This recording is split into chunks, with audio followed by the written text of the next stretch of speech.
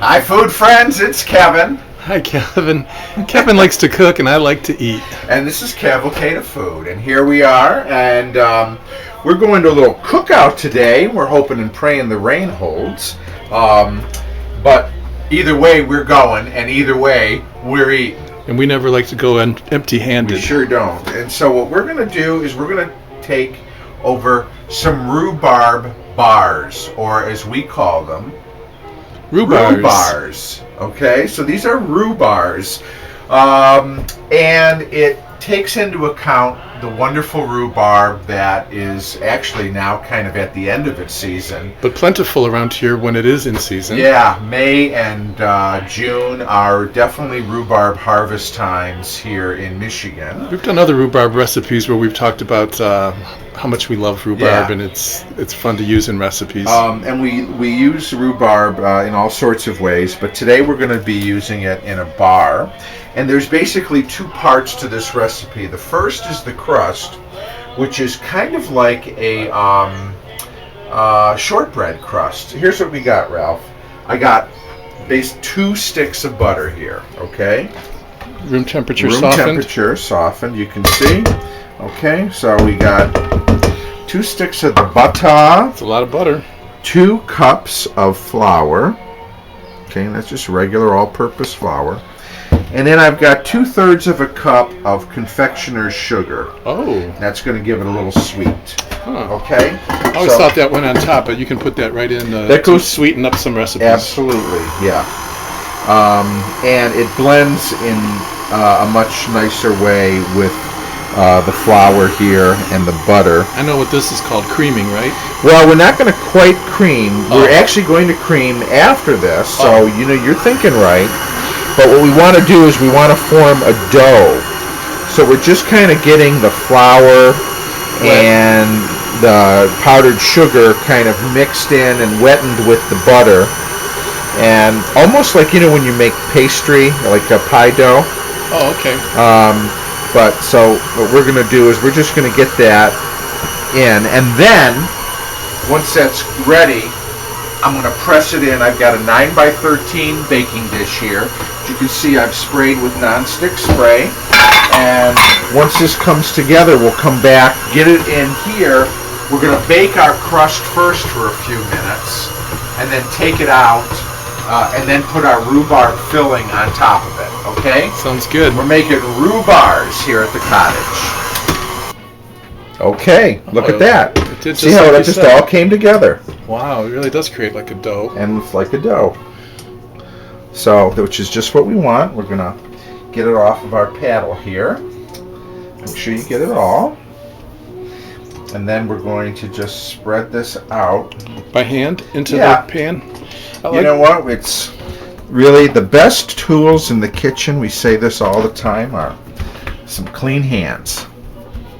So we're just going to basically kind of pat this down into our baking sheet here. I love glass baking sheets for stuff like this. Obviously, if you have a metal pan, that's absolutely fine too. They make these great disposable ones now. Like those tin ones? Yeah, those tin heavy foil ones that, Like from the dollar store? Mm-hmm. Yeah. That way, when you're going to a party, you don't have to worry about getting your pan back. So are you creating a little edge? Yeah, just a little bit, because we're going to want to put our rhubarb mix, which is going to be kind of semi-liquid, on top of this. Okay, but our job right now is, we've got our crust, butter, flour, powdered sugar. Oven is preheated at 350 degrees, and we're going to put it in for 10 minutes.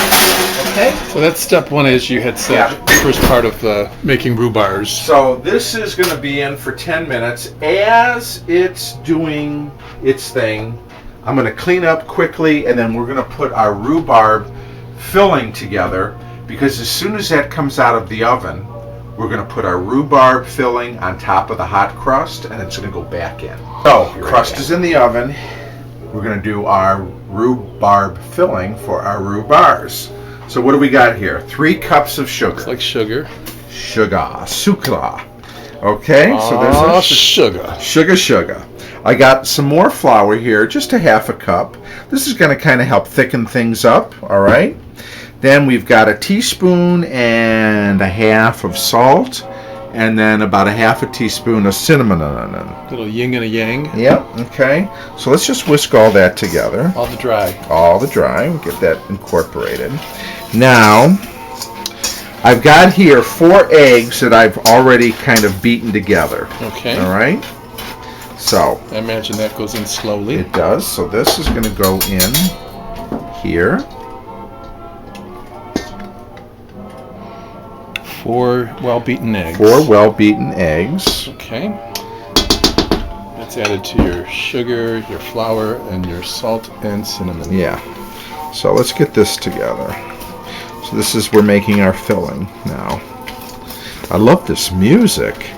Yeah, I thought since we're doing something old-timey with rhubarb, which is a wonderful old-timey kind of country-ish ingredient, we'd hear some music from Bob Wills and his Texas Playboys. Oh, man, that is old music, but good old music. Yeah.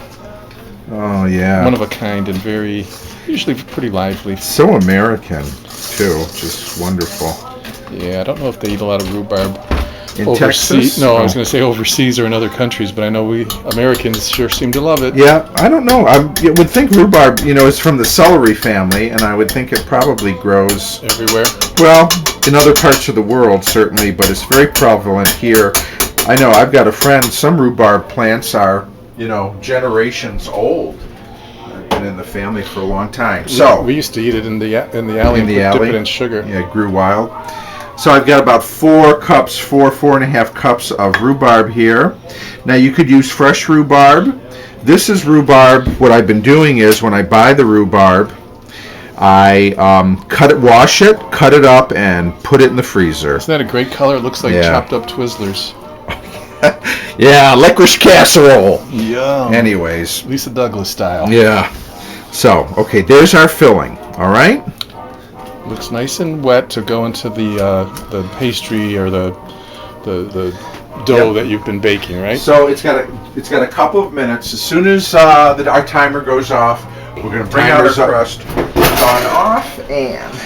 How's the crust look? Well, can you smell it? I can smell that shortbready kind of. Oh yeah, very buttery, and it smells almost like some kind of simple butter cookies my grandma used to make in so it's the just farm. Very lightly browned, okay? But if you look, and I don't know how close the camera can get, you'll see little bumps, and there'll be a little flakiness. Yeah, like to little the crust. air bubbles almost. Mm-hmm. It's from the butter melted. Okay, so here's our filling now.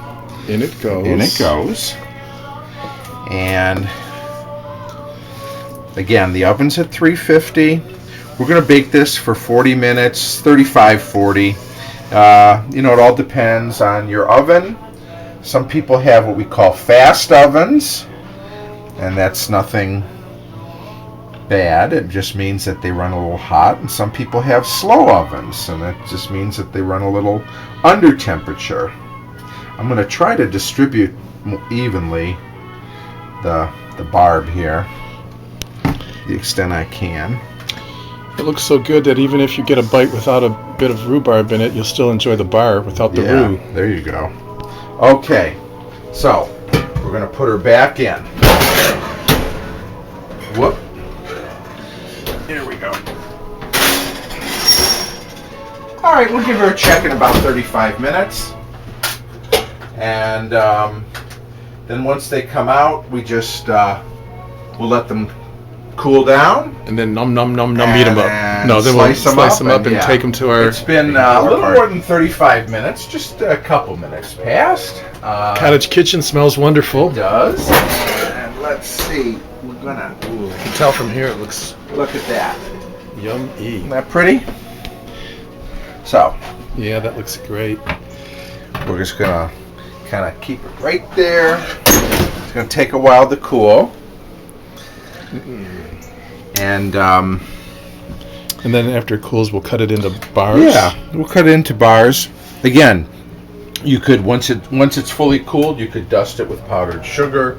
You could drizzle it with a little glaze if you wanted to make one, and then you just cut it into bars and serve. So there it is. Can't wait to try it. Let's come back when it's cooled off and give it a little taste test. Rhubarbs.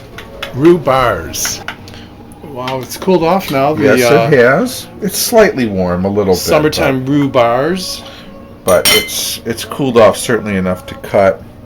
So I don't know if you can get a little side shot of this. So you've got your nice buttery crust, and then you've kind of got this gooey, rhubarby center.